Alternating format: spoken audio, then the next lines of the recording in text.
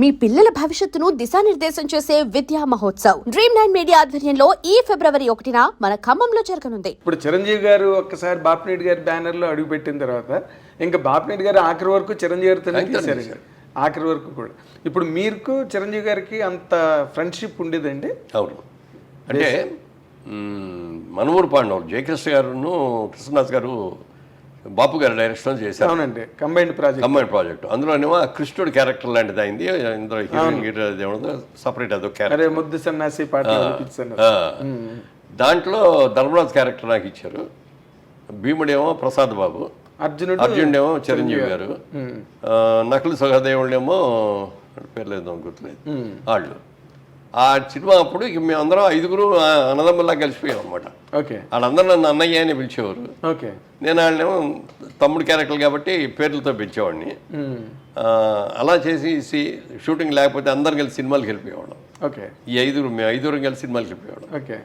అవి వచ్చేసరి బయటకు వచ్చినప్పటికి అప్పటికి మంచి రైజులో ఉంది నా ఇది కెరీర్. మీరు బయటికి రాగానే అందరూ వచ్చేసి ముగేసేవారు, సంతకాలు గింతకాలు అనేవారు, షేక్ హ్యాండ్ లేనివారు. ఇవన్నీ చూస్తుంటే ఒక రోజు అన్నాడు చిరంజీవి గారు, అప్పుడు ఇంకా ఆయన సినిమా రిలీజ్ కూడా కాల, మనూరు పాండ జరుగుతుంది. అన్నయ్య రేపు పొద్దున్న నాకు కూడా ఇట్లా వస్తారా అన్నాడు. దీని మీద 10 రెట్లు వస్తారయ్య నీకు. ఎలా చెప్పారు సార్? ఎలా చెప్పాను అంటే, ఆయన కొత్త సినిమా, మొట్టమొదటి సినిమా అది. దానికి ముందు ఏదో పునాదిరాళ్ళు ఏదో చేశారు. ప్రాణం ఖరీదు కూడా ఇది జరుగుతూ ఉండగానే వచ్చింది అది. కాబట్టి అది ముందు రిలీజ్ అయింది, ఇది లేట్గా అయింది. అప్పుడు మేమందరం కలిసి కూర్చున్నప్పుడు అతను నేనే ఉండు, మీ ఇష్టం వచ్చిన సాంగ్ ఏంటి ఏదైనా, నేను డ్యాన్స్ చేస్తాను ఇవ్వడు. అంటే తెలుగా, ఇంగ్లీషా, హిందీ, అంటే ఏ లాంగ్వేజ్ అయినా మ్యూజిక్ సౌండ్ అంటే దానికి తగ్గట్టుగా రిథమిక్గా చేసావు. అది డ్యాన్స్ అంటే భరతనాట్యం కాదు, క్లాసికల్ డ్యాన్స్ ఇంకోటో కూడా కాదు. మ్యూజిక్కి తగ్గట్టుగా గతులు వేసేసి చేసేవాడు. మనం బలి చేస్తున్నాడే, ఇక ఇంతకంటే కావాల్సింటే ఎలాంటి ఏంటి అనుకున్నాం. తర్వాత అతనిలో అడ్వాంటేజ్ అంటే కళ్ళు ఎక్సలెంట్ కళ్ళు అండి. కళ్ళు కోపంగా చూశాడంటే అసలు చాలా ఇదిగా ఉంటుంది. అలాగే నవ్వుతూ కామెడీ కూడా బాగా చేయగలడు. మంచి టైమింగ్ అండి. మంచి టైమింగ్ ఉంది. అప్పుడు కృష్ణనాథ్ గారు అన్నాడు ఒక రోజున, మురళీమోహన్ వీడు మంచి విలన్ అవుతాడయ్యా మన తెలుగు ఇండస్ట్రీలో, బాగున్నాడు అన్నాడు. ఇండస్ట్రీలో విలన్ అవటం ఏంటాడు బాబు, ఇండస్ట్రీకి మొగుడు అవుతాడు చూడండి. ఫస్ట్ సినిమా రిలీజ్ అవ్వకముందే అన్నా నేను. అవునా? అయితే ఈ మాట నాతో అరవింద్ గారు కూడా అన్నారండి. ఏది వాళ్ళ సిస్టర్కి సంబంధం వచ్చినప్పుడు, సరే మంచి విలన్ అవుతాడు ఇండస్ట్రీలోని 100% అని అనుకున్నానండి, బట్ హీరోగా ఇంత అని నేను అనుకోలేదని అరవింద్ గారు కూడా అన్నారు సార్ నాతో. హీరోగా టర్న్ అవడం పట్ల అసలు మీరు హీరోగానే అవుతారని ఎక్స్పెక్ట్ చేశారా, లేదా విలన్ లాగా వెళ్ళి? అట్లా కాదు, మొట్టమొదటి కొంచెం హీరోగానే నెగిటివ్ క్యారెక్టర్ చేశాడు. అదే కుక్కగాటు చెప్పు దెబ్బలు అట్లాంటి. ఆ తర్వాత నుంచి పాజిటివ్ క్యారెక్టర్లోకి వచ్చాడు బ్రహ్మాండంగా. సో మీరు ఆయన సక్సెస్ని అంటే ఆయన వచ్చిన తర్వాత కొన్ని సినిమాల్లో విధానాలు చాలా మారిపోయినాయి. సాంగ్స్ అంటే ఏదో హీరోయిన్ మీద ఎక్కువ చేస్తారు, సాంగ్ హీరోలు ఎక్కువ పరిగెట్టడం, ఊటీ తోటలో లేకపోతే నాగేశ్వరరావు గారికి బాగా డ్యాన్స్ చేసేవారు ఆ రోజు. స్టెప్పులు అంటే నాగేశ్వరరావు, కృష్ణ గారి స్టెప్పులు కానీ, శోభన్ బాబు గారి స్టెప్పులు కానీ, ఎన్టీఆర్ గారి స్టెప్పులు కానీ, అవన్నీ మా అందరి ఒక టైప్, ఒక స్కూల్ మీద. కాకపోతే ఏంటంటే సలీం మాస్టర్ వచ్చిన తర్వాత రామారావు గారు రెచ్చిపోయారు. అవునండి, బ్రహ్మాండంగా చేసేవాడు. ఎదురులేని మనిషి కదా బిగినింగ్. కృష్ణముకుందామరారి పాట బిగినింగ్ అండి, రామారావు స్టెప్ లేయడం. సో ఆ విధంగా మేము పెద్ద టాలెంట్ కాకపోయినా ఉన్నంతలో చేయగలిగాం అనేది. బట్ చిరంజీవి గారు వచ్చినప్పుడు టోటల్గా వరల్డ్ మారిపోయింది. అదే అన్న, సాంగ్ సిస్టమ్స్ మారిపోయింది, ఫైట్ సిస్టమ్స్ కూడా బోడదు మార్పు వచ్చింది. ఫైట్లో ఏం చేసేవారంటే, ఫైట్ మాస్టర్ లాగానే అన్న నువ్వే ఎక్కువ కష్టపడుతూ రిస్క్లన్నీ షాట్లన్నీ పెడతాను, డూపులు చేసేస్తారు, మధ్య మధ్యలో మీకు క్లోజ్ షాట్లు ఇస్తాను నేను. ఎవరు ఓకే, ఎందుకంటే రామారావు అలాగే చేశారు, నాగేశ్వరరావు కూడా అలాగే చేశారు. ఎవరైనా సిస్టమ్ అది, కెమెరాకి ఇట్లా కొట్టండి అని మనం ఇట్లా 4-5 సార్లు ఇట్లా కొట్టం తీసేవాడు. అవతల వాళ్ళు డమాలు పడిపోతుంటారు వాళ్ళు. అట్లా చిరంజీవి గారు వచ్చిన తర్వాత వీటన్నిటిలోనూ మార్పు వచ్చింది. అందుకని నేను అంటాను, చిరంజీవి ఇండస్ట్రీకి రాకముందు, చిరంజీవి ఇండస్ట్రీకి వచ్చిన తర్వాత, క్రీస్తు పూర్వం క్రీస్తు శకం లాగా అవును అదొక చిరంజీవి శకం అనమాట. అంత సక్సెస్ అవ్వటం, సాంగ్స్ బ్రహ్మాండంగా చేసేయడం, ఫైట్లు బ్రహ్మాండంగా చేసేయడం. ఆ తర్వాత కృష్ణ గారు మేమందరం ఇట్లా ఫైట్లు చేస్తుంటే ఎవరికి నచ్చేయి కదా. అవునండి, అవన్నీ ఏంటో తేలిపోయాయి. చిరంజీవి గారు వచ్చి ఫైట్లు చేసిన తర్వాత ఇంకెవరు ఫైట్లు డూప్ అంటే కూడా ఒప్పుకునేవాడు కదా.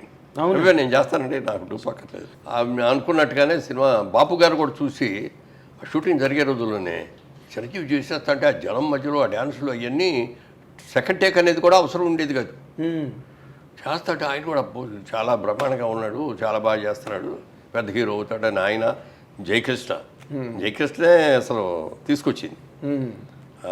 ఫిల్మ్ ఇన్స్టిట్యూట్లో చేసిన వాళ్ళలో బాగున్నాడు ఈ కుర్రాడని చెప్పి జయకృష్ణ తీసుకొచ్చి పెట్టాడు. అవునా? అప్పుడు క్రాంతి కుమార్ కూడా చూసి క్రాంతి కుమార్ ప్రాణం ఖరీదులో పెట్టాడు. సో అట్లా ఇక సక్సెస్ వచ్చేసి అవునండి దుమ్ము దులిపేశాడు. ఆయన ఒక యుగం కింద ఫామ్ అయిపోయి అంటే అదొకటి. ఇంకో గొప్ప విషయం ఏంటంటే వెనకెవరు లేరు, స్వతహాగా సొంతంగా కష్టపడి పైకి వచ్చిన వ్యక్తి. అంటే ఇక్కడ ఒక పాయింట్, మీరు ఒక 50 ఏళ్ల సినిమా పరిణామాలన్నిటికీ కర్మసాక్షి మీరు. అంటే మీరు అన్నిట్లో ఉన్నారు, ఇందులో లేరు, అన్నీ మీకు తెలుసు, బట్ మీకు ఏమీ తెలియనట్టుగానే ఉన్నారు ప్రతిదీ. ఇప్పుడు మొదటి నుంచి కూడా సార్ అన్ని చోట్ల ఎక్కడ సినిమా ఇండస్ట్రీ గురించి ఎవరు మాట్లాడుకున్నా ఒకరి ఎదుగుదల కానీ లేకపోతే ఒకరి తాలూకా డౌన్ఫాల్ కానీ వీటన్నిటి మధ్యలో క్యాస్ట్ అనే పాయింట్ని ఎక్కువగా అందరూ రిఫర్ చేస్తారు సార్. అందరూ ఆల్మోస్ట్ సినిమా ఇండస్ట్రీ అనగానే ఓకే, రాజకీయాలు అంటే ఇంకా క్యాస్ట్ బేస్డే అనుకోండి, ఇంకా అవి ఓసీలు ఎస్సీలు ఎస్టీలు ఇంకా ఆ గొడవలు. సినిమా ఇండస్ట్రీకి వచ్చే వరకు ఇది ఎంతవరకు కరెక్ట్ అంటుంది ఈ రూమర్ కానీ ఈ ఆరోపణ కానీ సినిమా పరిశ్రమ మీద? ఎందుకంటే మీరు ఒక వర్గం, చిరంజీవి గారు ఇంకొక వర్గం. బట్ చిరంజీవి గారి గురించి మీరు ఇంత గొప్పగా మొదటి నుంచి మాట్లాడారు ఏం సార్? ఆయన రేజ్ కూడా అలాగే అందరూ ఎంకరేజ్ చేసి ఆయన తలని పట్టుకున్నారు. ఈ ఆరోపణ ఎందుకండి సినిమా పరిశ్రమ? నాకు తెలిసినంత వరకు మెడ్రాస్లో ఇండస్ట్రీ ఉన్నంత వరకు ఏ రోజున కూడా క్యాస్ట్ ఫిల్లింగ్ అనేది లేదు అక్కడ. నువ్వేం క్యాస్ట్ అనేది ఎవరికి తెలిసేది కాదు. ఫలానా పేర్లు చెప్పుకున్నా ఫలానా డైరెక్టర్ అని చెప్పుకునే వాళ్ళేమో తప్ప ఇదిగో ఇతని ఈ క్యాస్ట్ ఆడు కాబట్టి మనం చేయాలి అనేది ఇట్లాంటివి ఉండేవి కదా అసలు. ఓకే, హైదరాబాద్ వచ్చిన తర్వాత అది ఈ రాజకీయం ఇక్కడ అందరూ కూడా ఇది కదా. మెడ్రాస్లో ఉన్నంత వరకు ఏంటంటే సినిమా వాళ్ళందరూ ఒక గ్రూప్, ఒక family irrespective of the caste. Gents కలిసేవారు, లేడీస్ కూడా, ఫ్యామిలీ లేడీస్ కూడా వాళ్ళు కూడా చక్కగా కలుసుకునేవారు. ఎందుకంటే ఏ వచ్చినా ఏ ఫంక్షన్ వచ్చినా మన సినిమా వాళ్ళందరినీ పిలుచుకునేవాళ్ళం. అందుకని అందరూ అసలు ఎక్కడ ఎవరికి కూడా క్యాస్ట్ అనేది తెలియదు అసలు. ఇక్కడికి వచ్చిన తర్వాత పొలిటికల్గా కూడా అప్పటికే క్యాస్ట్ స్టార్ట్ అయిపోయి, అంటే అప్పట్లో కూడా తెలుగు సినిమా ఇండస్ట్రీలో చౌదరీస్ దే డామినేషను, లేకపోతే ఇంకొక కులం వాళ్ళని రానివ్వకుండా అడ్డు పెట్టారు, కొంతమంది తాలూకు ఎదుగుదలను ఆపేశారు అని కొంతమంది జర్నలిస్టులు ఇటీవల రోజుల్లో యూట్యూబ్లో మాట్లాడుతున్నారండి. పెట్టారు గారండి. అసలు నిజంగా అదే మాట మీరు అన్నట్టు జరిగి ఉన్నట్లయితే ఇవాళ రోజున ఎవరో వచ్చేవారు కాదు. మరి సినిమా ప్రొడ్యూసర్లు ఎక్కువ 75% చౌదరీస్ ఆర్టిస్టు, మెయిన్ రామారావు, నాగేశ్వరరావు, సోహన్ బాబు గారు, కృష్ణ గారు, మీరు అందరూ. అవును, ఒక కృష్ణరాజు గారు మినహాయిస్తే అందరూ వాళ్ళు. మరి డిస్ట్రిబ్యూటర్స్, మీ ఏ డిస్ట్రిబ్యూటర్ కంపెనీ అయినా చెప్పండి, అందరూ వాళ్ళే. థియేటర్స్ ఉన్నవాళ్ళు అది ఎక్కువ వాళ్ళే. ఇంత డామినేషన్ ఉంది, ఫలానా వాళ్ళు రాకూడదని అనుకోవాలి. టాలెంట్ ఎవరి దగ్గర ఉంటుంది, ఎందుకంటే క్రియేటివ్ జాబ్ సినిమా అనేది. అవునండి, ఇది పార్టీ అంటే అది వేరే విషయం. ఇదిగో ఈ మన కులం అని చెప్పి ఇక్కడ పెట్టుకుంటే ఇతను ఓట్లు ఇన్ని వస్తాయి ఎందుకని చెప్పి కులానికి ఇన్ని ఓట్లు, సినిమా అది కాదు కదా. సినిమాలో టాలెంట్ మనకు ఇచ్చిన క్యారెక్టర్ బాగా ఎవడు చేయగలడు, ఎవరికి మార్కెట్ ఉంది చూసుకొని చేస్తాం అంతే తప్ప సినిమాలో మెడ్రాస్లో ఉన్నంత వరకు అసలు క్యాస్ట్ అనేది లేదు సార్. ఎవరై క్యాస్టో కూడా తెలియదు. హైదరాబాద్ వచ్చిన తర్వాత మాత్రం కొంతవరకు వచ్చింది, బట్ అది కూడా టెంపరీ. ఇప్పుడైనా ఎవరికి టాలెంట్ ఉంటే వాళ్ళకి ఇస్తారు.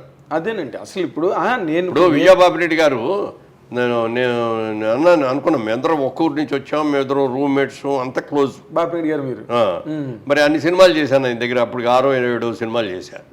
చిరంజీవి వచ్చిన కానీ చిరంజీవి షిఫ్ట్ అయ్యాడు. అది ఎప్పుడు తప్పని నేను అనుకోలే. చిరంజీవి టాలెంట్, అద్భుతమైన టాలెంట్ ఉంది, మంచి మార్కెట్ ఉంది, అప్పటికే బాగా మార్కెట్లోకి వచ్చాడు. అవునండి, ఫైల్లోకి అని చెప్పి బాపిరెడ్డి బాగుంటుంది అతనితో చేయి అన్నా. నేను కూడా అట్లా అది ఈర్చిపడేవాడిని. అతను మన కులం కాదు. అది వచ్చేసరికి బయటకు వచ్చినప్పటికీ అప్పటికి మంచి రైజులో ఉంది ఇది కెరీర్. మీరు బయటికి రాగానే అందరూ వచ్చేసి ముగేసేవారు. సంతకాలు గింతకాలని ఎవరు షేక్ హ్యాండ్ లేనివారు ఇవన్నీ చూస్తుంటే ఒక రోజు అన్నాడు చిరంజీవి గారు. అప్పుడు ఇంకా ఆయన సినిమా రిలీజ్ కూడా కాల, మనోహర్ పాండే జరుగుతుంది. అన్నయ్య రేపు పొద్దున్న నాకు కూడా ఇటు వస్తారా అన్నాడు. దీని మీద 10 రెట్లు వస్తారా నీకు? ఎలా చెప్పారు సార్? ఎలా చెప్పాను అంటే, ఆయన కొత్త సినిమా, మొట్టమొదటి సినిమాది, దానికి ముందు ఏదో పునాదిరాళ్ళు ఏదో చేశారు. ప్రాణం ఖరీదు కూడా ఇది జరుగుతూ ఉండగానే వచ్చింది అది. కాబట్టి అది ముందు రిలీజ్ అయింది, ఇది లేట్గా అయింది. అప్పుడు మేమందరం కలిసి కూర్చున్నప్పుడు అతను నేనే ఉండవు, మీ ఇష్టం వచ్చిన సాంగ్ ఏంటి ఏదైనా, నేను డ్యాన్స్ చేస్తాను అనేవాడు. అంటే తెలుగా, ఇంగ్లీషా, హిందీ, అంటే ఏ లాంగ్వేజ్ అయినా మ్యూజిక్ సౌండ్ అంటే దానికి తగ్గట్టుగా రిథమిక్గా చేసేవాడు. అది డ్యాన్స్ అంటే భరతనాట్యం కాదు, క్లాసికల్ డ్యాన్స్ ఇంకోటో కూడా కాదు, మ్యూజిక్కి తగ్గట్టుగా గంతులు వేసేసి చేసేవాడు. మనం బలి చేస్తున్నాడే, ఇక ఇంతకంటే కావాల్సింటే ఎలాంటి ఏంటి అనుకున్నాం. తర్వాత అతనిలో అడ్వాంటేజ్ అంటే కళ్ళు ఎక్సలెంట్ కళ్ళు అండి. అతని కళ్ళు కోపంగా చూశాడంటే అసలు చాలా ఇదిగా ఉంటుంది. అలాగే నవ్వుతూ కామెడీ కూడా బాగా చేయగలడు. మంచి టైమింగ్ అండి, మంచి టైమింగ్ ఉంది. అప్పుడు కృష్ణనాథ్ గారు అన్నాడు ఒక రోజున, మురళీమోహన్ వీడు మంచి విలన్ అవుతాడయ్యా మన తెలుగు ఇండస్ట్రీలో, బాగున్నాడు అన్నాడు. ఇండస్ట్రీలో విలన్ అవటం ఏంటంటే బాబు, ఇండస్ట్రీకి మొగుడు అవుతాడు చూడండి. ఫస్ట్ సినిమా రిలీజ్ అవ్వకముందే అన్నా నేను. అవునా? అయితే ఈ మాట నాతో అరవింద్ గారు కూడా అన్నారండి. ఇది వాళ్ళ సిస్టర్కి సంబంధం వచ్చినప్పుడు, సరే మంచి విలన్ అవుతాడు ఇండస్ట్రీలోని 100% అని అనుకున్నానండి, బట్ హీరోగా ఇంత అని నేను అనుకోలేదని అరవింద్ గారు కూడా అన్నారు సార్ నాతో. హీరోగా టర్న్ అవడం పట్ల అసలు మీరు హీరోగానే అవుతారని ఎక్స్పెక్ట్ చేశారా, లేదా విలన్ లాగా వెళ్ళి? అట్లా కాదు, మొట్టమొదటి కొంచెం హీరోగానే నెగిటివ్ క్యారెక్టర్ చేశాడు. అదే కుక్కగట్టు చెప్పు దెబ్బ అట్లాంటి. ఆ తర్వాత నుంచి పాజిటివ్ క్యారెక్టర్లోకి వచ్చాడు బ్రహ్మాండంగా. సో మీరు ఆయన సక్సెస్ని అంటే ఆయన వచ్చిన తర్వాత కొన్ని సినిమాల్లో విధానాలు చాలా మారిపోయినాయి. సాంగ్స్ అంటే ఏదో హీరోయిన్ మీద ఎక్కువ చేస్తారు, సాంగ్ హీరోలు ఎక్కువ పరిగెట్టడం, ఊటీ తోటలో లేకపోతే నాగేశ్వరరావు గారికి బాగా డాన్స్ చేసేవారు ఆ రోజు. స్టెప్పులు అంటే నాగేశ్వరరావు, సారీ కృష్ణ గారి స్టెప్పులు కానీ, శోభన్ బాబు గారి స్టెప్పులు కానీ, ఎన్టీఆర్ గారి స్టెప్పులు కానీ, అవన్నీ మా అందరి ఒక టైప్, ఒక స్కూల్ మీద. కాకపోతే ఏంటంటే సలీం మాస్టర్ వచ్చిన తర్వాత రామారావు రెచ్చిపోయారు. అవునండి, బ్రహ్మాండంగా చేసేవాడు. ఎదురులేని మనిషి కదా బిగినింగ్. కృష్ణముకుందామరారి పాట బిగినింగ్ అండి, రామారావు స్టెప్ లేయడం. సో ఆ విధంగా మేము పెద్ద టాలెంట్ కాకపోయినా ఉన్నంతలో చేయగలిగాం అనేది అంట. బట్ చిరంజీవి గారు వచ్చినప్పుడు టోటల్గా వరల్డ్ మారిపోయింది. అదే అన్న, సాంగ్స్ సిస్టమ్స్ మారిపోయింది, ఫైట్ సిస్టమ్స్ కూడా బోడదు మార్పు వచ్చింది. ఫైట్లో ఏం చేసేవారంటే, ఫైట్ మాస్టర్ లాగానే అన్న నువ్వే ఎక్కువ కష్టపడుతూ రిస్క్లన్నీ షార్ట్లన్నీ పెడతాను, డూపులు చేసేస్తారు, మధ్య మధ్యలో మీకు క్లోజ్ షాట్లు ఇస్తాను నేను.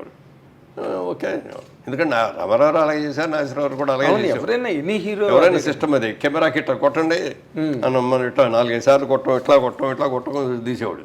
అవతల వాళ్ళు డమాలు పడిపోతుంటారు వాళ్ళు. అట్లా చిరంజీవి గారు వచ్చిన తర్వాత వీటన్నిటిలోనూ మార్పు వచ్చింది. అందుకని నేను అంటాను, చిరంజీవి ఇండస్ట్రీకి రాకముందు, చిరంజీవి ఇండస్ట్రీకి వచ్చిన తర్వాత, క్రీస్తు పూర్వం క్రీస్తు శకం లాగా అవును, అదొక చిరంజీవి శకం అనమాట. అంత సక్సెస్ అవ్వటం, సాంగ్స్ బ్రహ్మాండంగా చేసేయడం, ఫైట్లు బ్రహ్మాండంగా చేసేయడం. ఆ తర్వాత కృష్ణ గారు మేమందరం ఇట్లా ఫైట్లు చేస్తుంటే ఎవరికి నచ్చేయి కదా. అవునండి, అవన్నీ ఏంటో తేలిపోయాయి. చిరంజీవి గారు వచ్చి ఫైట్లు చేసిన తర్వాత ఇంకెవరు డూప్ అంటే కూడా ఒప్పుకునేవాడు కదా. అవును, నేను చేస్తానండి, నాకు డూప్ అక్కర్లేదు అనుకున్నట్టుగానే సినిమా. బాపు గారు కూడా చూసి షూటింగ్ జరిగే రోజుల్లోనే చిరంజీవి చేసేస్తా అంటే ఆ జనం మధ్యలో ఆ డ్యాన్సులు అవన్నీ సెకండ్ టేక్ అనేది కూడా అవసరం ఉండేది కాదు. చేస్తాడు ఆయన కూడా చాలా బ్రహ్మాండంగా ఉన్నాడు, చాలా బాగా చేస్తున్నాడు, పెద్ద హీరో అవుతాడని ఆయన. జయకృష్ణే అసలు తీసుకొచ్చింది. ఫిల్మ్ ఇన్స్టిట్యూట్లో చేసిన వాళ్ళలో బాగున్నాడు ఈ కుర్రాడని చెప్పి జయకృష్ణ తీసుకొచ్చి పెట్టాడు. అవునా? అప్పుడు క్రాంతి కుమార్ కూడా చూసి క్రాంతి కుమార్ ప్రాణం ఖరీదులో పెట్టాడు. సో అట్లా ఇక సక్సెస్ వచ్చేసి అవునండి దుమ్ము దులిపేశాడు. ఆయన ఒక యుగం కింద ఫామ్ అయిపోయి. అంటే అదొకటి. ఇంకో గొప్ప విషయం ఏంటంటే ఆయనకి వెనక ఎవరు లేరు, స్వతహాగా సొంతంగా కష్టపడి పైకి వచ్చిన వ్యక్తి. అంటే ఇక్కడ ఒక్క పాయింట్, మీరు ఒక 50 ఏళ్ల సినిమా పరిణామాలన్నిటికీ కర్మసాక్షి మీరు. అంటే మీరు అన్నిట్లో ఉన్నారు, ఇందులో లేరు, అన్నీ మీకు తెలుసు, బట్ మీకేమీ తెలియనట్టుగానే ఉన్నారు ప్రతిదీ. ఇప్పుడు మొదటి నుంచి కూడా సార్ అన్ని చోట్ల ఎక్కడ సినిమా ఇండస్ట్రీ గురించి ఎవరు మాట్లాడుకున్నా ఒకరి ఎదుగుదల కానీ లేకపోతే ఒకరి తాలూకా డౌన్ఫాల్ కానీ వీటన్నిటి మధ్యలో క్యాస్ట్ అనే పాయింట్ని ఎక్కువగా అందరూ రిఫర్ చేస్తారు సార్. అందరూ ఆల్మోస్ట్ సినిమా ఇండస్ట్రీ అనగానే ఓకే, రాజకీయాలు అంటే ఇంకా క్యాస్ట్ బేస్డే అనుకోండి, ఇంకా అవి ఓసీలు, ఎస్సీలు, ఎస్టీలు, ఇంకా ఆ గొడవలు. సినిమా ఇండస్ట్రీకి వచ్చే వరకు ఇది ఎంతవరకు కరెక్ట్ అంటే ఈ రూమర్ కానీ ఈ ఆరోపణ కానీ సినిమా పరిశ్రమ మీద, ఎందుకంటే మీరు ఒక వర్గం, చిరంజీవి గారు ఇంకొక వర్గం. బట్ చిరంజీవి గారి గురించి మీరు ఇంత గొప్పగా మొదటి నుంచి మాట్లాడారు ఏం సార్? ఆయన రేజ్ కూడా అలాగే అందరూ ఎంకరేజ్ చేసి ఆయన తలని పట్టుకున్నారు. ఈ ఆరోపణ ఎందుకండి సినిమా పరిస్థితి? నాకు తెలిసినంత వరకు మెడ్రాస్లో ఇండస్ట్రీ ఉన్నంత వరకు ఏ రోజున కూడా క్యాస్ట్ ఫీలింగ్ అనేది లేదు అక్కడ. నువ్వేం క్యాస్ట్ అనేది ఎవరికి తెలిసేది కాదు. ఫలానా పేర్లు చెప్పుకున్నా ఫలానా డైరెక్టర్ అని చెప్పుకునే వాళ్ళేమే తప్ప ఇదిగో ఇతని క్యాస్టాడు, ఈ క్యాస్టాడు కాబట్టి మనం చేయాలి అనేది ఇట్లాంటివి ఉండేవి కదా అసలు. ఓకే, హైదరాబాద్ వచ్చిన తర్వాత అది ఈ రాజకీయం ఇక్కడ అందరూ కూడా ఇది కదా. మెడ్రాస్లో ఉన్నంత వరకు ఏంటంటే సినిమా వాళ్ళందరూ ఒక గ్రూప్, ఒక family irrespective of the caste. Gents కలిసేవారు, లేడీస్ కూడా, ఫ్యామిలీ లేడీస్ కూడా వాళ్ళు కూడా చక్కగా కలుసుకునేవారు. ఎందుకంటే ఏ ఫంక్షన్ వచ్చినా మన సినిమా వాళ్ళందరినీ పిలుచుకునేవాళ్ళం. అందుకని అందరూ అసలు ఎక్కడ ఎవరికి కూడా క్యాస్ట్ అనేది తెలియదు అసలు. ఇక్కడికి వచ్చిన తర్వాత పొలిటికల్గా కూడా అప్పటికే క్యాస్ట్ స్టార్ట్ అయిపోయి, అంటే అప్పట్లో కూడా తెలుగు సినిమా ఇండస్ట్రీలో చౌదరీస్ దే డామినేషను, లేకపోతే ఇంకొక కులం వాళ్ళని రానివ్వకుండా అడ్డు పెట్టారు, కొంతమంది తాలూకు ఎదుగుదలను ఆపేశారు అని కొంతమంది జర్నలిస్టులు ఇటీవల రోజుల్లో యూట్యూబ్లో మాట్లాడుతున్నారండి. పెట్టారు గారండి. అసలు నిజంగా అదే మాట మీరు అన్నట్టు జరిగినట్లయితే ఇవాళ రోజున ఎవరో వచ్చేవారు కాదు. మరి సినిమా ప్రొడ్యూసర్లు ఎక్కువ 75% చౌదరీస్ ఆర్టిస్టు, మెయిన్ రామారావు, నాగేశ్వరరావు, సోహన్ బాబు గారు, కృష్ణ గారు, మీరు అందరూ. అవును, ఒక కృష్ణరాజు గారు మినహాయిస్తే కృష్ణ అందరూ వాళ్ళు. మరి డిస్ట్రిబ్యూటర్స్, మీకు ఏ డిస్ట్రిబ్యూటర్ కంపెనీ అయినా చెప్పండి, అందరూ వాళ్ళే. థియేటర్స్ ఉన్నాళ్ళు, అది ఎక్కువ వాళ్ళే. ఇంత డామినేషన్ ఉంది, ఫలానా వాళ్ళు రాకూడదని అనుకోవాలి. టాలెంట్ ఎవరి దగ్గర ఉంటుంది, ఎందుకంటే క్రియేటివ్ జాబ్ సినిమా అనేది. అవునండి. ఇది పార్టీ అంటే అది వేరే విషయం. ఇదిగో ఈ మన కులం అని చెప్పి ఇక్కడ పెట్టుకుంటే ఇతను ఓట్లు ఇన్ని వస్తాయి ఎందుకని చెప్పి కులానికి ఇన్ని ఓట్లు, సినిమా అది కాదు కదా. సినిమాలో టాలెంట్ మనకు ఇచ్చిన క్యారెక్టర్ బాగా ఎవడు చేయగలడు, ఎవరికి మార్కెట్ ఉంది చూసుకొని చేస్తాం అంతే తప్ప సినిమాలో మెడ్రాస్లో ఉన్నంత వరకు అసలు క్యాస్ట్ అనేది లేదు సార్. ఎవరే క్యాస్టో కూడా తెలియదు. హైదరాబాద్ వచ్చిన తర్వాత మాత్రం కొంతవరకు వచ్చింది, బట్ అది కూడా టెంపరీ. ఇప్పుడైనా ఎవరికి టాలెంట్ ఉంటే వాళ్ళకి ఇస్తారు. అదేనండి అసలు ఇప్పుడు విజయబాబు రెడ్డి గారు నేను అన్నాను అనుకున్నాం, మేము అందరం ఒక్క ఊరి నుంచి వచ్చాం, మేము ఇద్దరు రూమ్మేట్స్, అంత క్లోజ్. బాపిరెడ్డి గారు మీరు మరి అన్ని సినిమాలు చేశాను ఆయన దగ్గర. అప్పుడు 6-7 సినిమాలు చేశాను. చిరంజీవి వచ్చిన కానీ చిరంజీవికి షిఫ్ట్ అయ్యాడు. అది ఎప్పుడు తప్పని నేను అనుకోలే. చిరంజీవి టాలెంట్, అద్భుతమైన టాలెంట్ ఉంది, మంచి మార్కెట్ ఉంది, అప్పటికే బాగా మార్కెట్లోకి వచ్చాడు. అవునండి, ఫైల్లోకి అని చెప్పి బాపిరెడ్డి బాగుంటుంది అతనితో చేయి అన్నా.